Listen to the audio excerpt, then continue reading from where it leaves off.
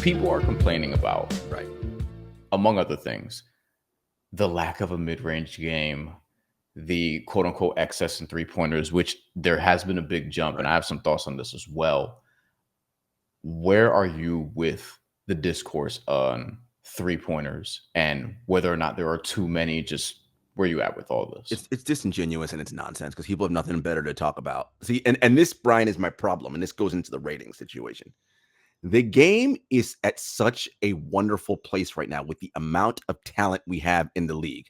But if you ask the casual fan on the street, not us, not as NBA sickos, to talk about the great amount of talent all over the league, they couldn't tell you anything outside of LeBron, KD, and Steph.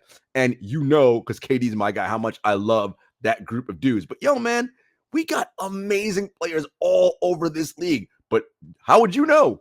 Shaq, Chuck, Kenny, none of those TNT dudes talk about any. They have a whole segment, Bryan, goes who he play for. Like, I mean, what are we doing? So about this 3-point situation, like it's just another way for people to trash the product. And I just don't understand. Like, look, I'm not saying, and I work at TrueHoop, so we don't champion the NBA just because and wave pom-poms. We kill this league on a regular basis. Right. And I know that for a fact. Yes. But like the idea that 3-pointers are ruining the game, and it's like, what are you talking about? The thing that people love the most in basketball are dunks, right? That is the most popular thing in basketball. Mm-hmm. Do you know why 3-pointers are important? Because they suck people away from the paint so they can do what? Fucking dunk. Like, I just, like, people need to understand holistically what they're watching, and I don't think they do. Everyone just jacking threes is such a lazy way to describe the game. Because, yes, while you look at 3-point attempts, of course they are up. But if you look at how each team generates their threes, vastly different, right? The Oklahoma City Thunder are a drive and kick team, right? That's how they generate their 3-point look. The Dallas Mavericks don't do it that way. Single high pick and roll, Luka Doncic, double comes. It's very different. Like, know what you're doing. Much like the Boston Celtics, who it's like swing, swing, or the Indiana Pacers, who multiple action. Oh shit, wide open three in the corner. But again, people don't know what they're watching, Bryan, because the NBA and the people who champion the sport on TV do a bad job explaining what is happening in the game. Unlike the NFL, where, my God, you would think like you need a fucking PhD in astrophysics to understand nickel coverage, right? Like, I mean, it's insane how they break it down. Now, to be fair, there are inherent advantages football has. Most of the game is standing around. So in the in-between, you can break down and do. So I get it. In game, it's much easier. But yo, man, you got smart people who can break this stuff down and, again, can make it in layman's terms that the casual fan will understand what they're watching and what they're seeing. But we're not interested in that. Instead, shitting on players and this guy sucks. All they do is shoot threes. Bryan, you know, I started watching basketball in 85, right? Like, that's my first memory of basketball. Lakers fan growing up. Right. I hated the Boston Celtics. Right. Like, I go back and watch a lot of those games in the 80s and 90s because they exist. NBA Classics, YouTube, whatever. Hey, man, all this mid-range shit you guys want to talk about, clunk, fest, and ugly, disgusting basketball. And don't let me, so they're playing defense. No, they weren't. Them dudes stink, okay? Like, it was not, a lot of it was not good basketball. It just wasn't. And I'm like, do you want to go back to that? The idea of it doesn't make sense. Yes, I understand to people it sucks for them when they watch a team shoot threes and miss. It's like, yeah, do something different. Here's the thing. In that NBA Cup championship game, right, the Thunder missed a ton of threes, right? Here's the thing. If they shot their average, which is 35%, they shot 15 for that game. If they shot their average, they probably win the game. They didn't. In any one game, random shit happens. Sometimes you suck. Like, it is what it is. But this whole discourse about, too many threes. No. The game is different. You have to be a different kind of athlete and basketball player to play in today's game, right? There's no longer a game where Anthony Mason and Charles Oakley, right? Those guys couldn't play in today's games because they don't have the mobility and the hips and the flexibility to race out to three and then also come back in and protect the rim. They just can't do it, right? And that's what we have now. We have the evolution of athletes and the evolution of skill, and this is what it leads to. Okay, so if you look at three-pointers just per game, Denver is dead last right now as of when we're recording this at 30.6. By the time this drops, I'm sure that they'll be around the same amount because they take 33s a game. if you put them in the 2014-15 NBA season, they're second after Houston in the NBA in most three-pointers taken. Yeah. I think that's what people are reacting to. It's more so about it is a big jump. It's jarring when you watch. And to me, I understand the math of it all, obviously.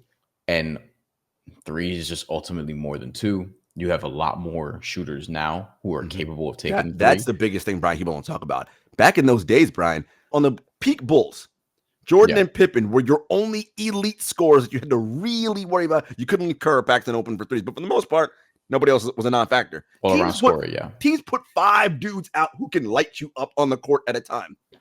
What are you going to do? Yeah, it's different. It's also, the way it's officiated, the way you have to guard now it makes it more difficult to guard guards on the perimeter, I feel like. So there's a discussion there that we could have about that. But to me, the three-pointer thing, it is a little jarring just because of the jump. But I also understand the strategy. Like, I'm kind of more in the middle where I'm like, I get the other side and what they're complaining about. Not to say that I fully agree, because I think ultimately what you miss about the mid-range game, so to speak, is you kind of just miss like the Kobe shots. You know what I mean? God.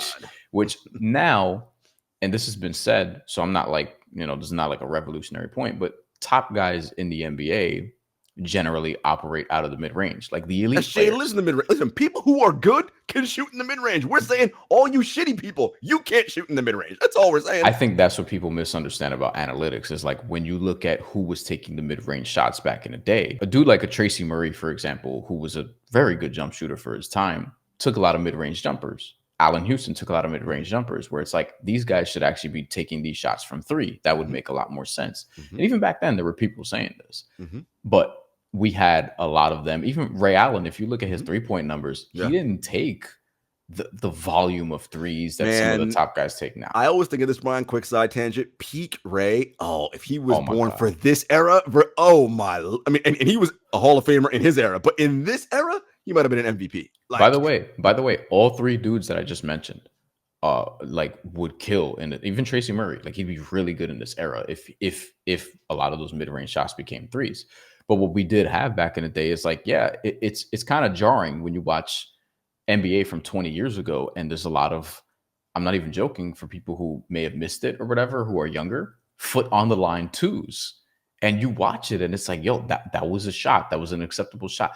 I had high school games, Jarod, in the late 2000s and early 2010s where like I had multiple teammates who lived out of the mid-range. I was one of our only three-point shooters, and they would take shots sometimes that were like right underneath. Right. So with the the ledge, three-point you're like, line. oh my God. And Just I'm take like, take the half inch back, man. Take the step back. Like it's worth a point more. Here's the thing. Especially in high school where the three-point line is not 23 point whatever feet out. And the percentages, Brian, once you leave the first box, right? So that painted area of the room and then the second box, your chances of making decrease dramatically. So a long two, literally just inside the arc, the chances of making that versus the three are virtually the same. So if you can get one extra point, why wouldn't you? It's just math. And again, when you're playing again in this era, to you where you mentioned you got 5 weaponized guys, yo man, when you play in the Boston Celtics and they've made 23s, you ain't going to get back in the game killing them with the mid-range. You have to be able to knock down threes or else you're going to get blown out. And yes, mid-range is not dead. Kevin Durant, Chris Paul, DeMar DeRozan, Devin Booker, like Bradley, all the elite players, Nikola Jokic, live in the mid-range. Jimmy Butler. Like the mid-range is not dead. We're saying Jalen Brunson. The average player, no. That's a bad, just take the step back because it's the same, you have the same chance of making it. And we have a point more. That's all. That's all we're saying. Look, if you're an average role player, but you happen to be really good in the mid range, then take those shots, but also, be really good at them. It's kind of the point. And if you were really good at them, you wouldn't be an average role player. This is the point, right? This is the point. Yeah. So I think it's kind of what it is. Where like that's an evolution of the game, so to speak.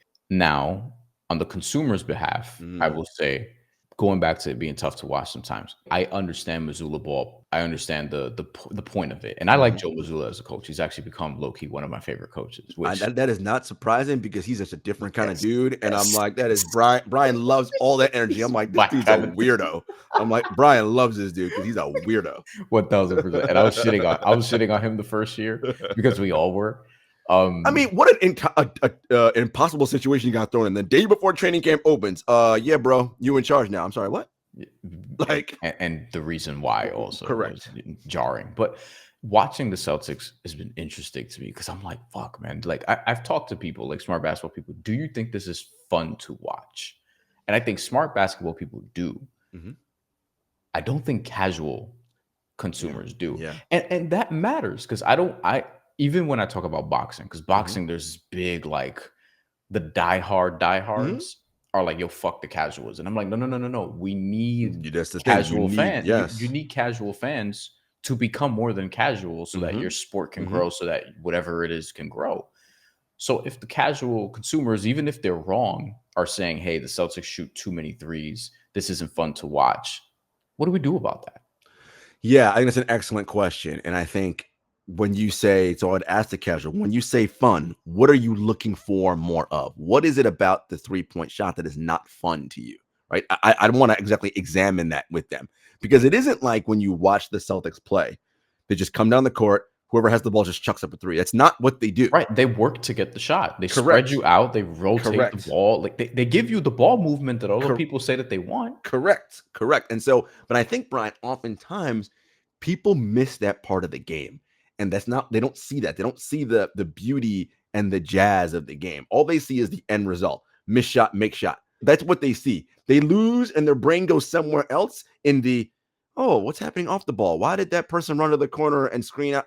Most people don't see that. They just don't. They're not looking for that. They're just following the ball. Correct. Also. And so if they're already predisposed to like too many threes and the end result is a three, it's confirmation bias. See, all I do is shoot threes. And it's like, no. But you miss how they got the three and why that.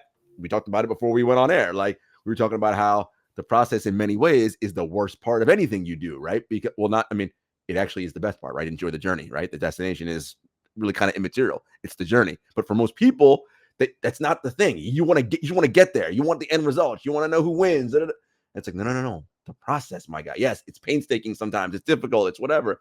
And there's nuances, right? Watch.